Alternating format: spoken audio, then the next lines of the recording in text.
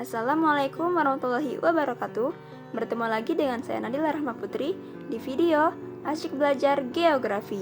Nah, pada bab kali ini kita akan membahas tentang atmosfer. Apa itu atmosfer? Atmosfer adalah selimut gas yang menyelubungi sebuah planet, termasuk planet bumi. Atmosfer mengelilingi sebuah planet dengan lapisan yang sangat tebal, bahkan jaraknya sampai ribuan kilometer. Kandungan gas di atmosfer terdiri dari 78% nitrogen, 0,34% karbon dioksida, 20% oksigen, 0,98% argon, dan neon, helium, ozon, hidrogen, kripton, metana, dan xenon.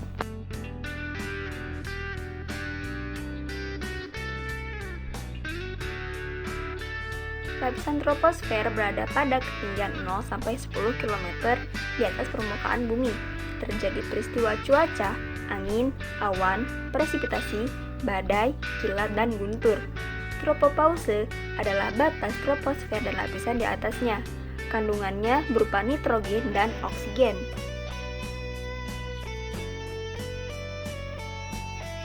Lapisan yang kedua adalah stratosfer, berada pada ketinggian 10-50 km. Lapisan bawah mengandung bahan sulfat yang mempengaruhi hujan. Lapisan inversi, peningkatan suhu akibat adanya lapisan ozon.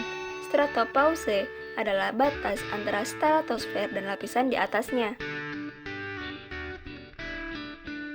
Yang ketiga adalah lapisan mesosfer. Lapisan ini berada pada ketinggian 50-85 km. Terjadi penurunan suhu, terjadi kebakaran meteor, dan penghancurannya. Mesopause adalah batas mesosfer dan lapisan di atasnya. Yang keempat, lapisan termosfer. Lapisan ini disebut lapisan termosfer karena lapisannya panas, tempat terjadinya ionisasi atom-atom udara oleh radiasi sinar X dan sinar UV. Lapisan pemantul gelombang radio dan tempat terjadinya aurora. Termopause adalah batas termosfer dan lapisan di atasnya. Yang terakhir, lapisan eksosfer, lapisan terluar atmosfer. Kandungan gas utamanya adalah hidrogen dengan kerapatan yang semakin berkurang setiap naik ke tempat yang lebih tinggi.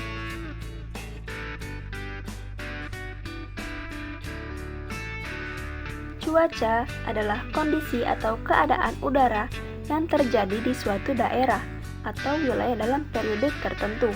Iklim adalah kondisi atau keadaan rata-rata cuaca pada suatu daerah yang luas. Unsur cuaca dan iklim adalah sinar matahari, suhu, angin, awan, kelembapan udara, dan curah hujan. Klasifikasi iklim ada menurut iklim Köppen, menurut Smith-Ferguson, menurut iklim Fisis, menurut iklim Oldemann, menurut iklim matahari, dan menurut Junghun. Iklim matahari. Iklim matahari ditentukan berdasarkan garis lintang. Posisi ini menentukan intensitas sinar matahari yang diterima. Yang pertama, iklim tropis 0 derajat sampai 23,5 derajat LU atau LS. Yang kedua, subtropis 23,5 derajat sampai 40 derajat lintang utara atau lintang selatan. Yang ketiga, iklim sedang dari 40 derajat sampai 66,5 derajat lintang utara atau lintang selatan.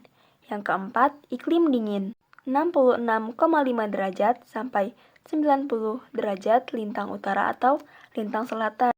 Iklim fisis adalah iklim menurut keadaan atau fakta sesungguhnya di suatu wilayah muka bumi sebagai hasil pengaruh lingkungan alam yang terdapat di wilayah tersebut. Misalnya, pengaruh lautan, daratan yang luas, relief muka bumi, angin, dan curah hujan. Yang ketiga, iklim menurut Köppen. Pada tahun 1918, Dr. Vladimir Köppen, ahli ilmu iklim dari Jerman, membuat klasifikasi iklim seluruh dunia berdasarkan suhu dan kelembaban udara. Kedua unsur iklim tersebut sangat besar pengaruhnya terhadap permukaan bumi dan kehidupan di atasnya. Berdasarkan ketentuan itu, Köppen membagi iklim dalam 5 daerah iklim pokok. Masing-masing daerah iklim diberi simbol A, B, C, D, dan E. Yang keempat, iklim menurut Junghun. Iklim menurut Junghun dibagi atas 4 daerah. Yang pertama daerah panas, yang kedua daerah sedang, yang ketiga daerah sejuk, dan yang keempat daerah dingin. Daerah panas sampai daerah sedang setinggi 600 meter dengan tumbuhan yaitu padi dan tebu. Lalu daerah sedang tumbuhannya adalah tembakau, kopi, dan coklat. Daerah sejuk, kopi, teh kina, dan sayuran. Dan daerah dingin hampir tak ada tanaman budaya. Yang kelima, iklim Smith-Ferguson. Smith-Ferguson mengklasifikasikan iklim berdasarkan rata-rata bulan basah dan bulan kering. Suatu bulan disebut bulan kering jika dalam satu bulan terjadi curah hujan kurang dari 60 mm dan disebut bulan basah jika satu bulan curah hujannya lebih dari 100 mm. Yang terakhir, iklim menurut Haldeman. Penelitian iklim menurut Haldeman menggunakan dasar yang sama dengan iklim Smith-Ferguson, yaitu unsur curah hujan, bulan basah, dan bulan kering. Tetapi bedanya, Haldeman mengaitkan dengan kegiatan pertanian di daerah tertentu, sehingga penggolongan iklimnya disebut juga zona agroklimat.